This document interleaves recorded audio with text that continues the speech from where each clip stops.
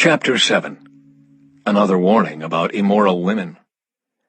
Follow my advice, my son. Always treasure my commands. Obey my commands and live. Guard my instructions as you guard your own eyes. Tie them on your fingers as a reminder. Write them deep within your heart. Love wisdom like a sister. Make insight a beloved member of your family. Let them protect you from an affair with an immoral woman, from listening to the flattery of a promiscuous woman. While I was at the window of my house looking through the curtain, I saw some naive young men, and one in particular who lacked common sense. He was crossing the street near the house of an immoral woman, strolling down the path by her house. It was at twilight in the evening, as deep darkness fell. The woman approached him, seductively dressed and sly of heart. She was the brash, rebellious type, never content to stay at home. She is often in the streets and markets, soliciting at every corner. She threw her arms around him and kissed him, and with a brazen look she said, "I've just made my peace offerings and fulfilled my vows. You're the one I was looking for. I came out to find you, and here you are. My bed is spread with beautiful blankets, with colored sheets of Egyptian linen. I've perfumed my bed with myrrh, aloes, and cinnamon. Come, let's drink our fill of love until morning. Let's enjoy each other's caresses, for my husband is not home. He's away on a long trip. He has taken a wallet full of money with him and won't return until later this month." So she seduced him with her pretty speech and enticed him with her flattery. He followed her at once like an ox going to the slaughter. He was like a stag caught in a trap, awaiting the arrow that would pierce its heart. He was like a bird flying into a snare, little knowing it would cost him his life. So listen to me, my sons, and pay attention to my words. Don't let your hearts stray away toward her. Don't wander down her wayward path, for she has been the ruin of many. Many men have been her victims. Her house is the road to the grave. Her bedroom is the den of death. Chapter 8. Wisdom calls for a hearing. Listen as wisdom calls out. Hear as understanding raises her voice. On the hilltop along the road, she takes her stand at the crossroads.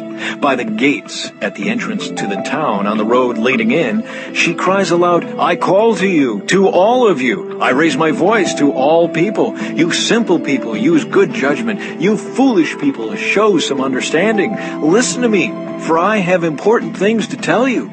Everything I say is right, for I speak the truth and detest every kind of deception. My advice is wholesome. There is nothing devious or crooked in it. My words are plain to anyone with understanding, clear to those with knowledge. Choose my instruction rather than silver, and knowledge rather than pure gold. For wisdom is far more valuable than rubies. Nothing you desire can compare with it. I, wisdom, live together with good judgment. I know where to discover knowledge and discernment. All who fear the Lord will hate evil. Therefore I hate pride and arrogance, corruption and perverse speech.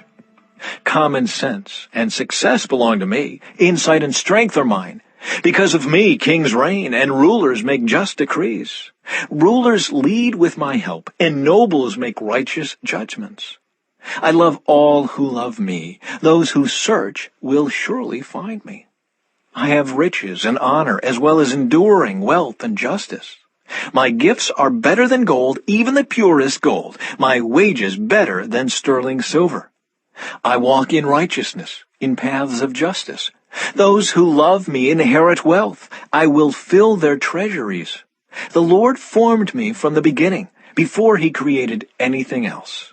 I was appointed in ages past, at the very first, before the earth began. I was born before the oceans were created, before the springs bubbled forth their waters, before the mountains were formed, before the hills. I was born, before he had made the earth and fields and the first handfuls of soil. I was there when he established the heavens, when he drew the horizon on the oceans. I was there when he set the clouds above, when he established springs deep in the earth.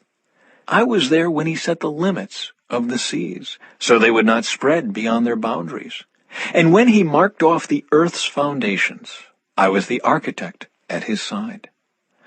I was his constant delight, rejoicing always in his presence.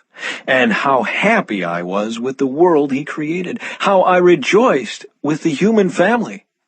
And so, my children, listen to me, for all who follow my ways are joyful. Listen to my instruction and be wise. Don't ignore it. Joyful are those who listen to me, watching for me daily at my gates, waiting for me outside my home. For whoever finds me finds life and receives favor from the Lord. But those who miss me injure themselves. All who hate me love death. Chapter 9. Wisdom has built her house. She has carved its 7 columns. She has prepared a great banquet, mixed the wines, and set the table. She has sent her servants to invite everyone to come. She calls out from the heights overlooking the city, "Come in with me," she urges the simple. To those who lack good judgment, she says, "Come, eat my food, and drink the wine I have mixed. Leave your simple ways behind and begin to live. Learn to use good judgment." Anyone who rebukes a mocker will get an insult in return. Anyone who corrects the wicked will get hurt. So don't bother correcting mockers. They will only hate you. But correct the wise, and they will love you. Instruct the wise, and they will be even wiser. Teach the righteous, and they will learn even more. Fear of the Lord is the foundation of wisdom. Knowledge of the Holy One results in good judgment. Wisdom will multiply your days and add years to your life. If you become wise, you will be the one to benefit. If you scorn wisdom, you will be the one to suffer.